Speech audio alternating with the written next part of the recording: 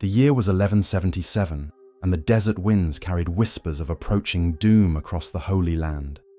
In the scorching heat of November, beneath the relentless Middle Eastern sun, history was about to witness something that defied every law of warfare, every principle of military strategy, and every expectation of rational combat. What unfolded on that fateful day would shatter the reputation of the most feared military commander in the Islamic world and elevate a dying teenage king into the realm of legend. This isn't just another tale of medieval warfare. This is the story of Montgisard, where mathematics meant nothing, where overwhelming odds became meaningless, and where 500 knights achieved what should have been impossible. But to understand the magnitude of what happened, we must first understand the players in this deadly game of thrones. On one side stood Saladin, the legendary sultan whose name alone could freeze the blood of his enemies. Salah ad-Din Yusuf ibn Ayyub had forged an empire from the Nile to the Euphrates, uniting Muslim forces under a single banner for the first time in generations. He was at the absolute pinnacle of his power, commanding resources that dwarfed any Christian kingdom, leading armies that had crushed every opponent they encountered. This was a man who had turned military conquest into an art form, whose tactical genius was whispered about in the courts of Europe with equal measures of respect and terror. On the other side stood Baldwin IV, King of Jerusalem, barely 16 years old and carrying a secret that should have disqualified him from ever holding a sword, let alone commanding an army. The young king was dying slowly and agonizingly from leprosy, a disease that medieval society viewed as divine punishment, a curse that marked its victims as untouchable outcasts. His right hand had already lost all feeling, forcing him to grip his reins with his left, while his feet required constant bandaging to hide the advancing decay. Many in his own court whispered prayers for his swift death, viewing his condition as an embarrassment to the crown. Yet beneath that diseased flesh burned a mind sharper than Damascus steel and a will that refused to bow before any earthly power.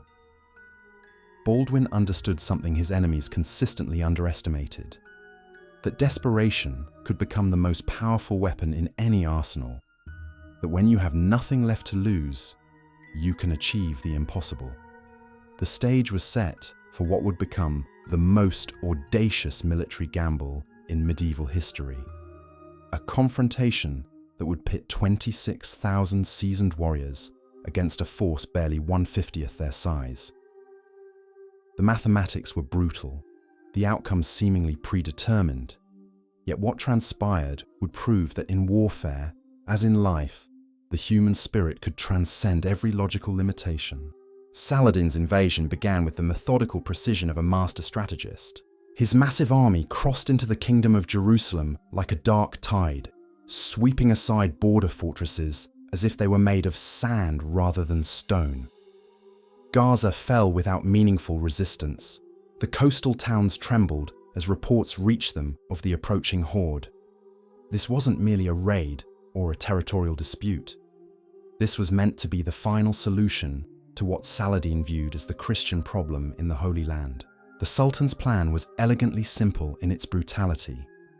He would bypass the smaller strongholds, drive straight for Ascalon, the last major fortress protecting the approaches to Jerusalem, and then march triumphantly through the undefended streets of the Holy City. His intelligence network had assured him that the Christian kingdom was at its weakest point in decades, led by a diseased boy whose own nobles questioned his right to rule. But intelligence, no matter how carefully gathered, cannot measure the depth of human determination or predict the actions of those who have transcended fear of death. As Saladin's vast army thundered across the desert, raising clouds of dust that could be seen for miles, Baldwin was making a decision that horrified every military advisor in his court. The young king refused to cower behind Jerusalem's walls, waiting for the inevitable siege.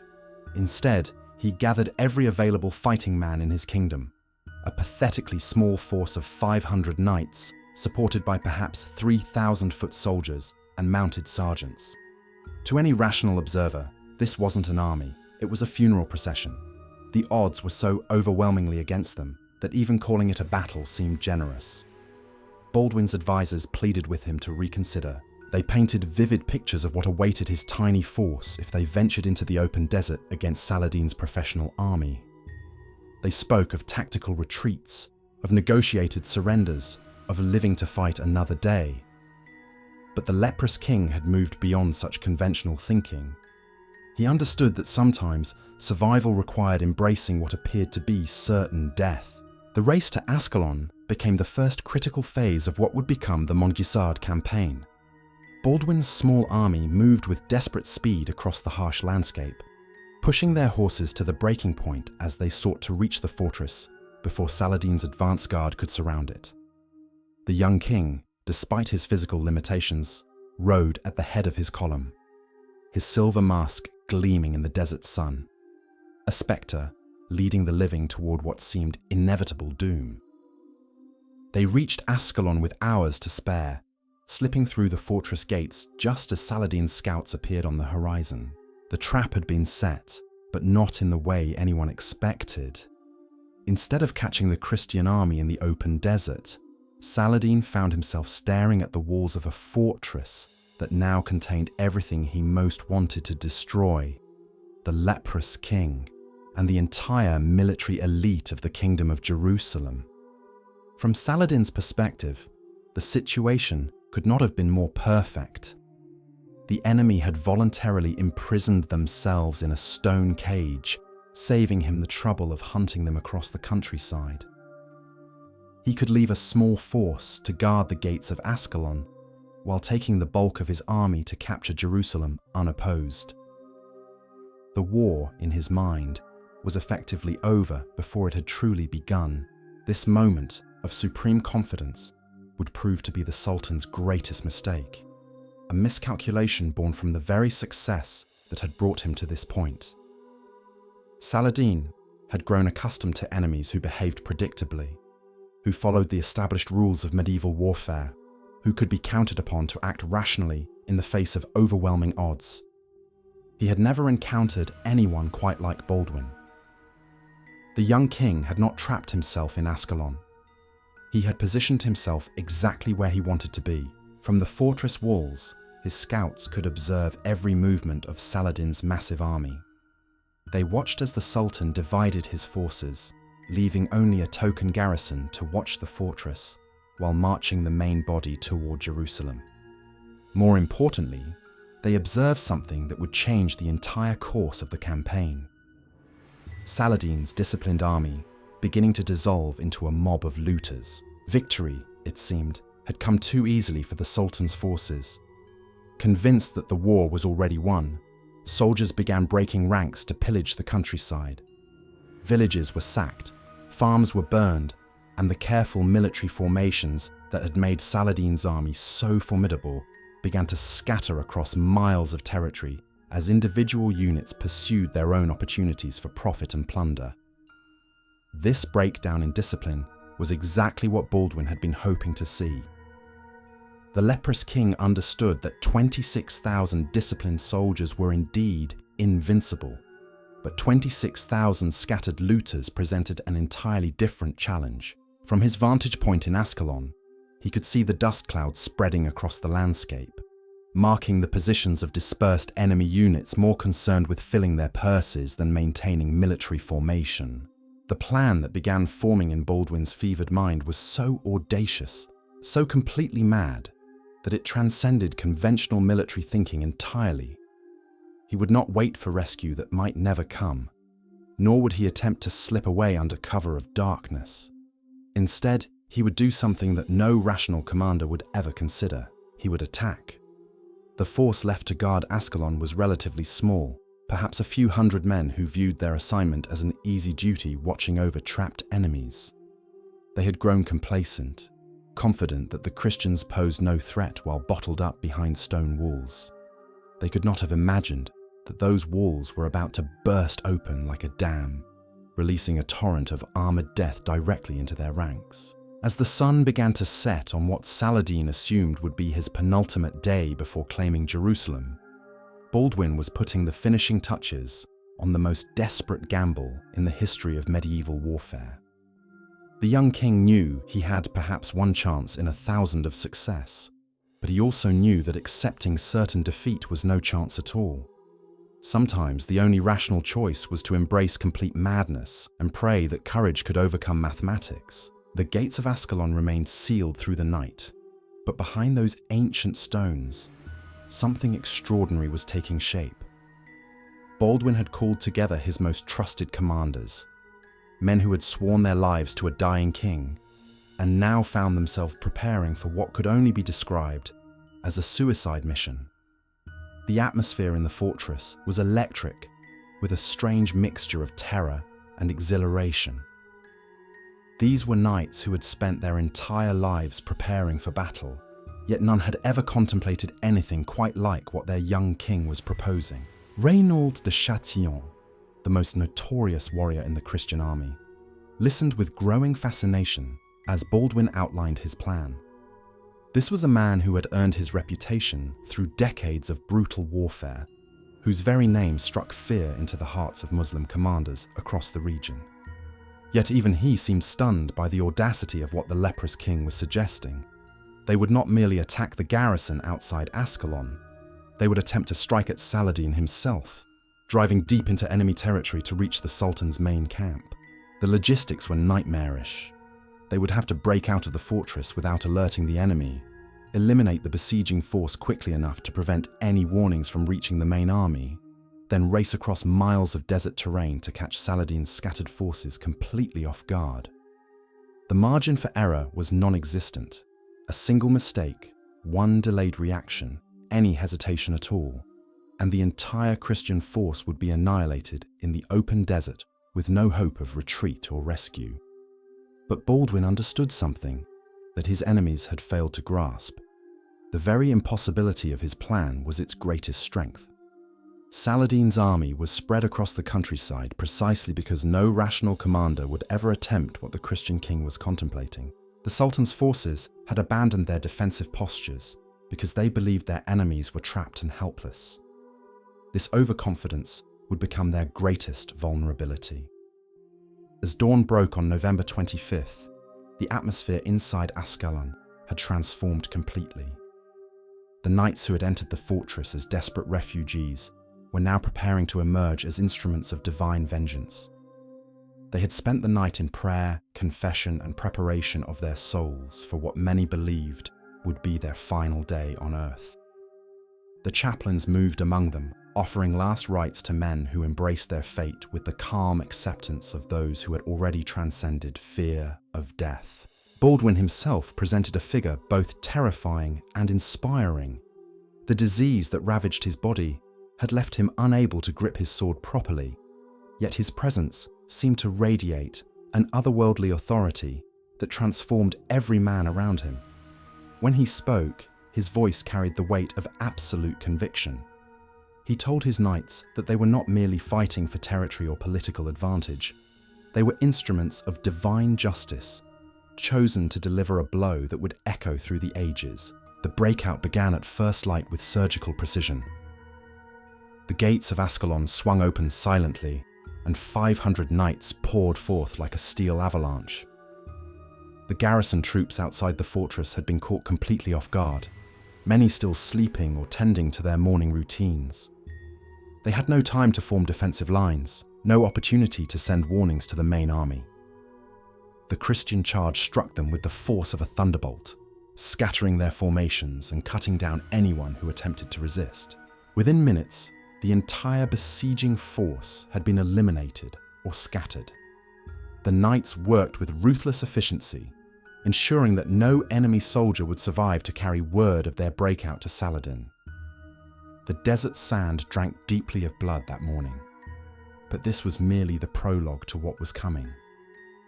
Baldwin's army had announced their presence to the world in the most violent terms possible, and now they turned their faces toward the greatest prize of all. The march towards Saladin's position became an exercise in controlled desperation. Baldwin's scouts had identified the approximate location of the Sultan's main camp, but finding it in the vast expanse of desert would require both skill and luck. They followed the trails of destruction left by the looting army, tracking the scattered Muslim forces like hunters pursuing wounded prey.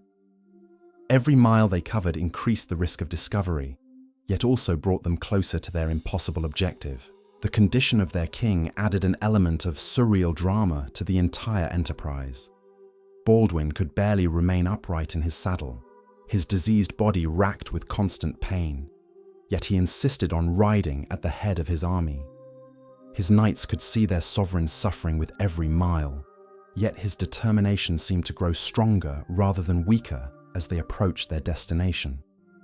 The silver mask that concealed his ravaged features had become a symbol of defiance against every natural law.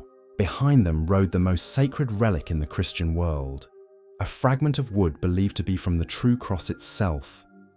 The sight of this holy artifact being carried into battle transformed the entire expedition from a military operation into something approaching a religious crusade. The knights began to see themselves not as desperate men attempting an impossible gamble, but as chosen instruments of divine will, selected to deliver God's judgment upon his enemies.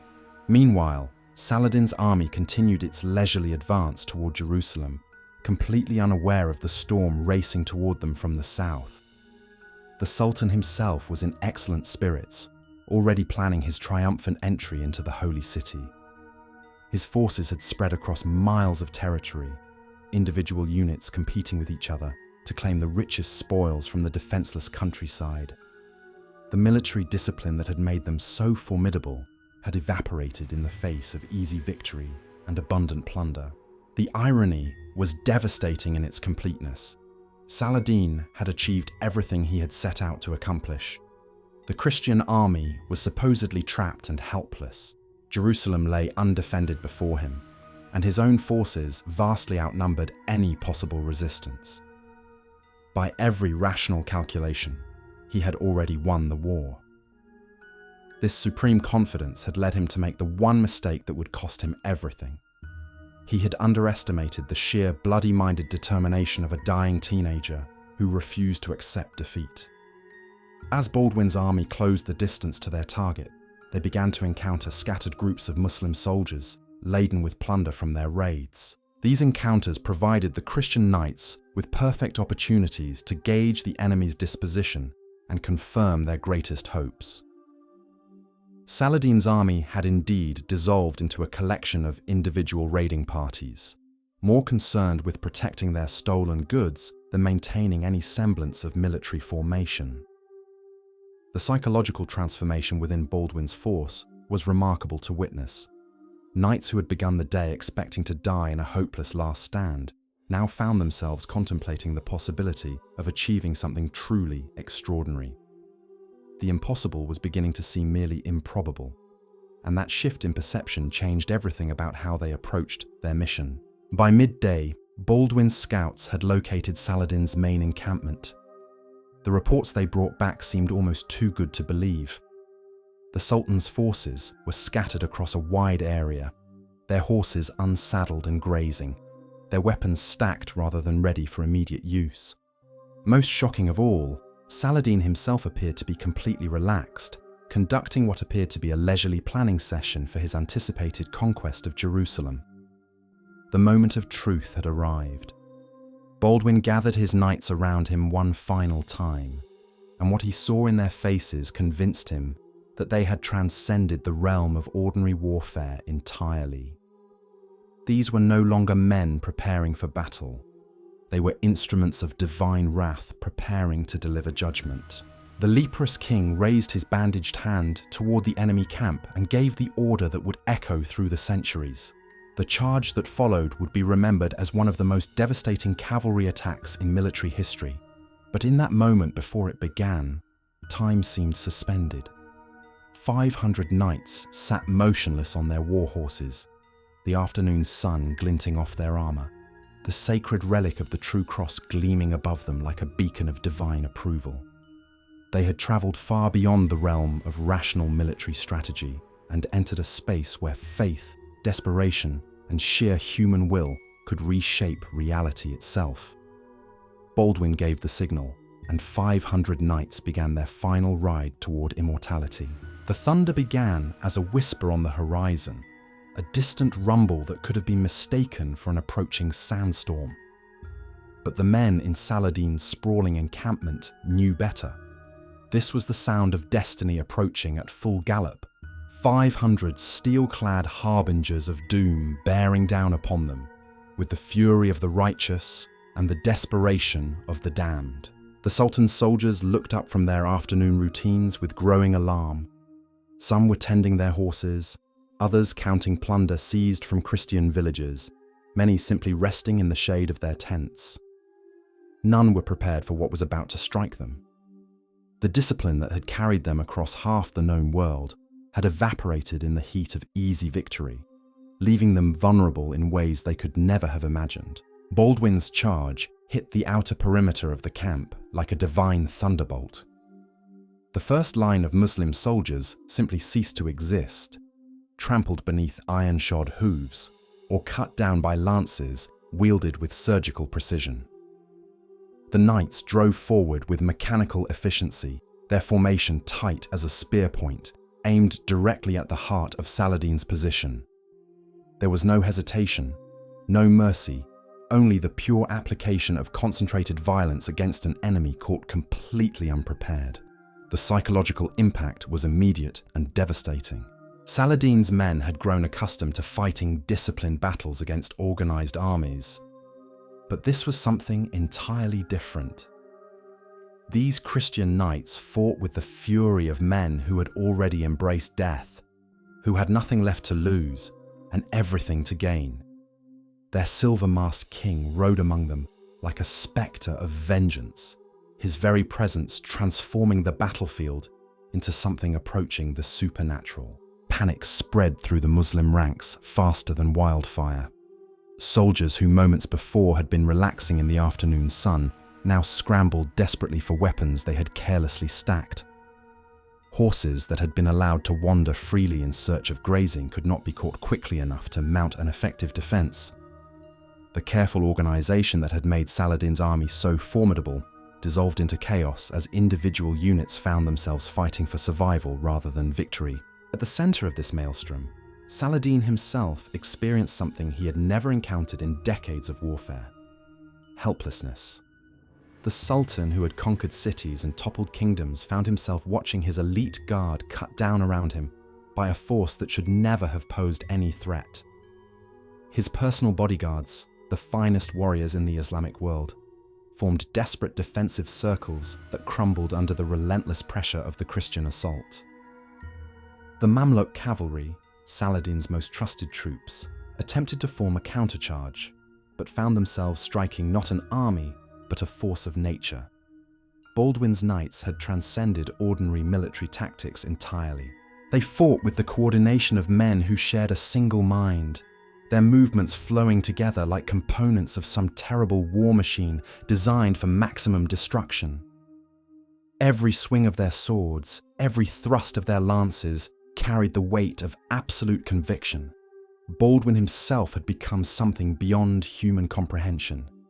The disease that ravaged his body seemed to matter nothing in this moment of ultimate trial. He wielded his sword with his left hand, while his bandaged right hand gripped the reins, guiding his warhorse through the chaos with preternatural skill. The silver mask that concealed his ravaged features reflected the afternoon sun like a beacon, marking his position for friend and foe alike. He had become the living embodiment of defiance against overwhelming odds. The sacred relic of the true cross, carried high above the melee, seemed to cast its own light across the battlefield. Muslim soldiers who caught sight of it felt their courage drain away, replaced by a superstitious terror that no amount of training could overcome. They were not merely fighting against human enemies. They were confronting what appeared to be divine judgment made manifest in steel and fire. Saladin's camp, which minutes before had been the picture of confident preparation for victory, had transformed into a scene from the depths of hell. Tents burned, supplies scattered, and the screams of dying men filled the desert air. The Sultan's carefully planned invasion had become a rout of epic proportions, his overwhelming numerical advantage rendered meaningless by the sheer audacity of his enemy's assault. The turning point came when Saladin's personal standard began to waver. The elite guards protecting it had been reduced to a handful of desperate men facing impossible odds. The Sultan himself fought with the skill of a master warrior, his scimitar flashing as he cut down Christian knights who pressed too close. But even he could see that the battle was lost. His army was not merely defeated, it was being systematically annihilated by a force 1/50th its size. The decision to retreat burned in Saladin's throat like acid, but survival demanded it. He had built his empire through careful calculation and strategic patience, not through futile heroics that would accomplish nothing but his own destruction. With bitter reluctance, he gave the order to withdraw, abandoning his camp and his dreams of immediate conquest to save what remained of his shattered forces. The retreat became a stampede as word spread through the scattered Muslim units. Soldiers threw down their weapons and plunder, seeking only to escape the Christian devils who had materialized from the desert like agents of divine wrath. The carefully organized army that had crossed into the Kingdom of Jerusalem with such confidence now fled in complete disorder, leaving behind a trail of abandoned equipment and broken dreams. Baldwin's knights pursued the fleeing enemy with relentless determination, cutting down stragglers and preventing any possibility of organized resistance. The leprous king had given orders that there would be no quarter, no mercy for those who had come to destroy his kingdom. This was not merely a military victory, it was a statement written in blood and fire that the Christian realm would not go quietly into the darkness. The sun began to set over a battlefield littered with the debris of Saladin's ambitions. Where the Sultan's great army had made camp, now only scattered corpses and burning wreckage remained. The impossible had become inevitable through sheer force of will and the kind of desperate courage that transforms ordinary men into legends. Baldwin's gamble had paid off in ways that defied every principle of military science. As darkness fell across the desert, the magnitude of what had been accomplished began to sink in. 500 knights had not merely defeated an army 50 times their size. They had shattered the reputation of the most feared military commander in the Islamic world. Saladin, who had seemed invincible just hours before, was now fleeing across the desert with only a handful of his personal guard. His dreams of conquest transformed into a nightmare of humiliation. The Christian knights, exhausted but victorious, began the grim work of securing the battlefield and counting their spoils. The wealth abandoned by Saladin's fleeing army was staggering, enough to fund the Kingdom of Jerusalem for years to come.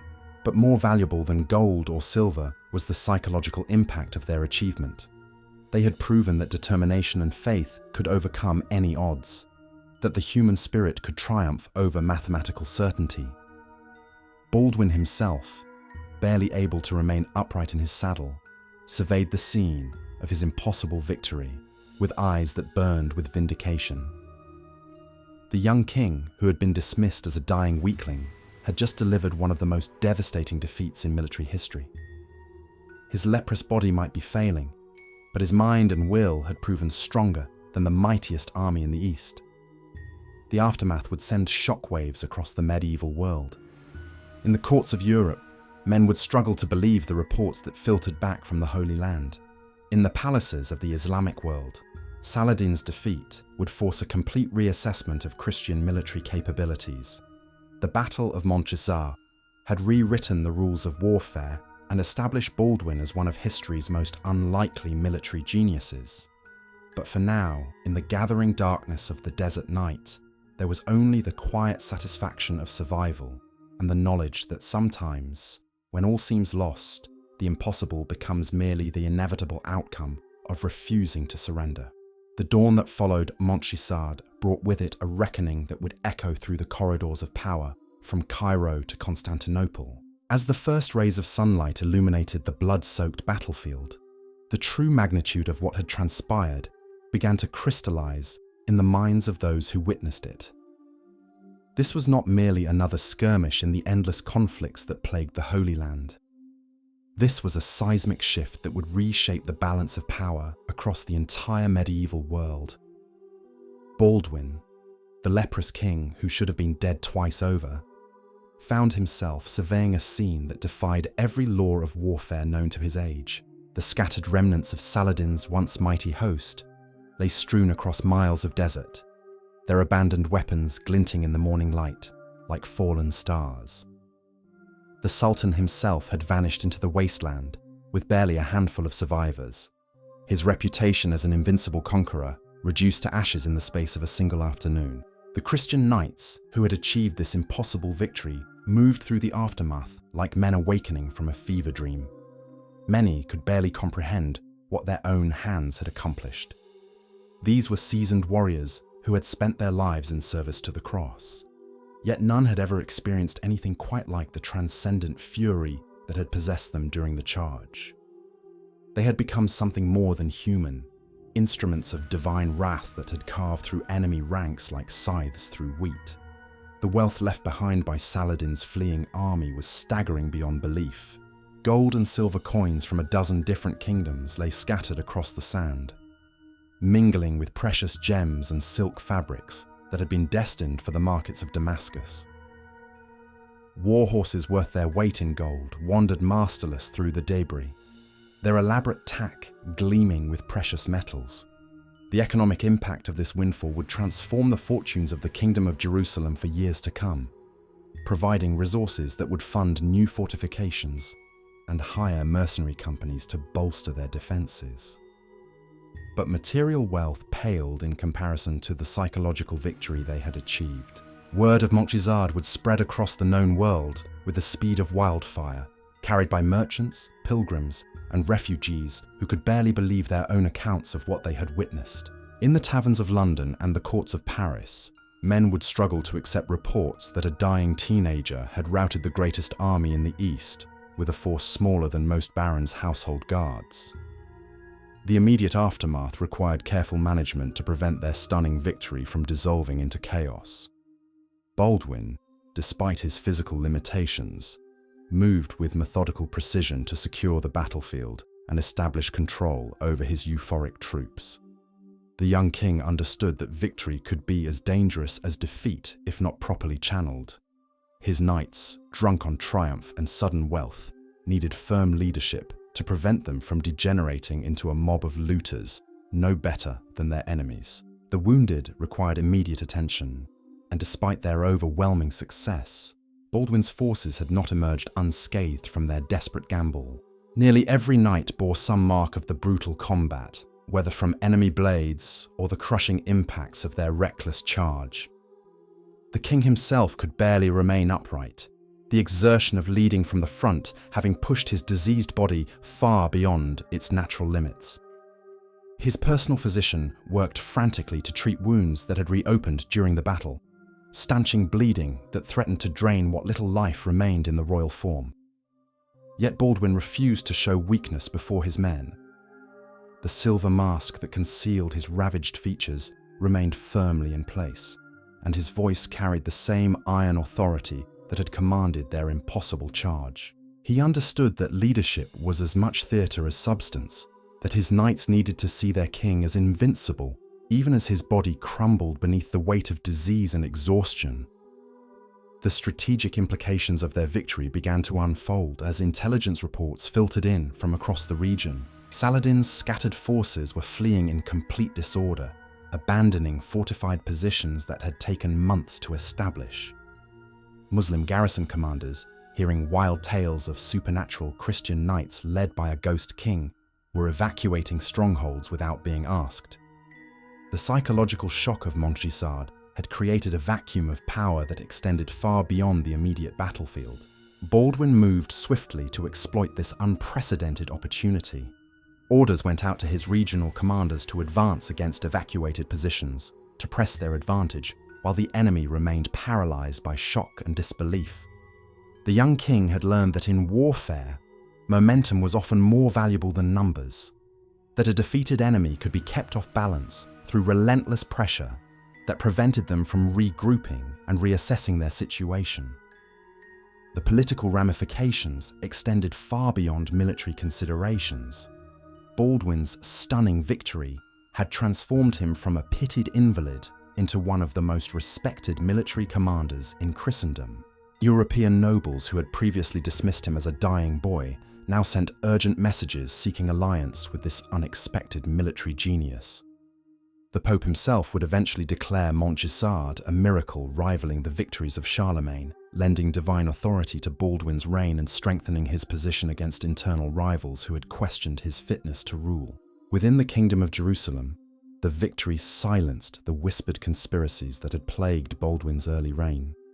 Nobles who had openly speculated about succession plans and regency arrangements now found themselves scrambling to demonstrate their loyalty to a king who had proven his divine favour in the most dramatic fashion possible.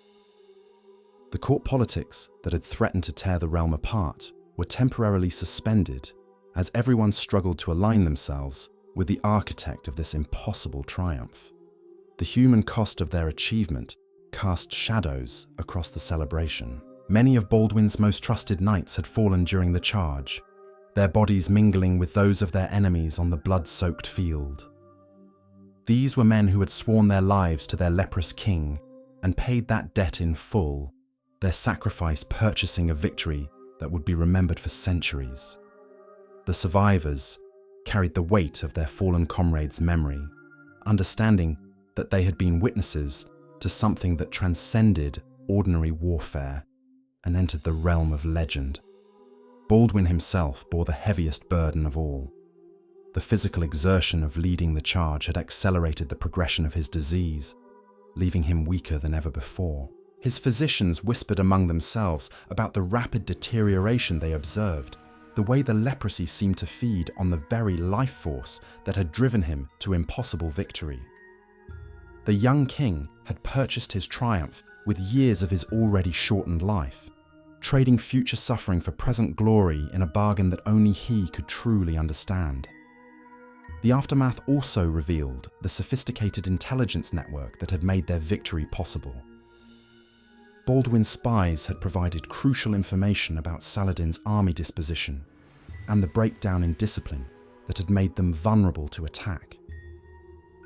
These unsung heroes of the victory remained in the shadows, their identities protected even as their contributions proved decisive.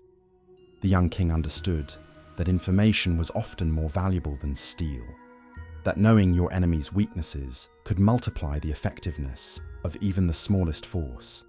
As reports of Saladin's retreat reached them, the full scope of their achievement became clear. The Sultan's mighty army had not merely been defeated, it had been effectively destroyed as a fighting force.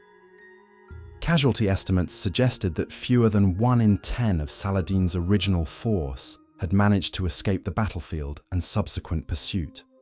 The remainder lay dead on the field or had been scattered to the winds, their weapons and equipment now serving Christian masters. The international response to Montgisard began almost immediately. Muslim rulers across the region found themselves facing a crisis of confidence as their subjects questioned how such a catastrophic defeat had been possible. The invincibility that Saladin had carefully cultivated through years of successful campaigns had been shattered in a single afternoon, leaving his allies wondering whether they had backed the wrong horse in the struggle for dominance in the Holy Land. Christian communities throughout the Eastern Mediterranean erupted in celebration as news of the victory spread. Churches rang their bells for days, and special masses were held to give thanks for what was universally regarded as divine intervention on behalf of the faithful. The psychological impact on Christian morale was immeasurable, proving that their cause was not hopeless despite the overwhelming odds they faced. Baldwin used this surge of popular support to strengthen his position both domestically and internationally. Marriage alliances were negotiated with European noble houses that previously would never have considered linking themselves to a leprous king ruling a precarious frontier kingdom. Trade agreements were renegotiated from positions of unprecedented strength, bringing in the resources needed to capitalize on their military success. The young king also began planning for the inevitable counterattack. He understood that Saladin would not remain humiliated forever. that the Sultan's pride and political survival would eventually demand revenge for the devastating defeat. Baldwin used the breathing space purchased with blood at Montgisard to strengthen fortifications, recruit new troops, and forge the alliances that would be essential for long-term survival. The legend that grew around the Battle of Montgisard would eventually take on a life of its own, inspiring countless retellings that emphasized the miraculous nature of their victory. Chroniclers would describe supernatural lights surrounding the Christian knights, angels leading their charge, and divine intervention that turned certain defeat into glorious triumph. While Baldwin himself remained more pragmatic about the factors that had enabled their success, he understood the value of allowing such legends to flourish, knowing that mythology could be as powerful as military might in maintaining the morale of his subjects and the fear of his enemies. The immediate aftermath of Montgisard had proven that impossible victories were achievable when desperation met opportunity, when brilliant leadership combined with unshakable determination to overcome mathematical certainty. Baldwin's gamble had paid off beyond his wildest expectations, but the young king understood that this was only the beginning of a much larger struggle. Saladin would return, probably stronger and certainly wiser, and the next confrontation would test whether the miracle of Montgisard could be repeated, or whether it would remain a singular moment of divine intervention in the brutal calculus of medieval warfare. Eulus of medieval warfare. And so ends one of history's most impossible military victories, a testament to what the human spirit can achieve when pushed beyond every rational limit. The Battle of Montgisard stands as proof that in the darkest moments, when all seems lost and the odds appear insurmountable, courage and determination can reshape reality itself. Baldwin IV, the leprous king who should have died in obscurity, had instead carved his name into the annals of military genius. His silver mask would gleam in the nightmares of Muslim commanders for generations to come, a symbol of the terrible price that awaited those who underestimated the power of absolute desperation, guided by brilliant strategy. Saladin would indeed return, as Baldwin knew he must. But the Sultan who emerged from the desert wastes of his defeat was forever changed. The aura of invincibility had been shattered, replaced by a cold respect for an enemy who had taught him that reputation meant nothing when confronted by men who had already embraced death. The 500 knights who rode into legend that November afternoon had proven that mathematics could be meaningless, that faith could multiply force, and that sometimes the most rational choice was to embrace complete madness.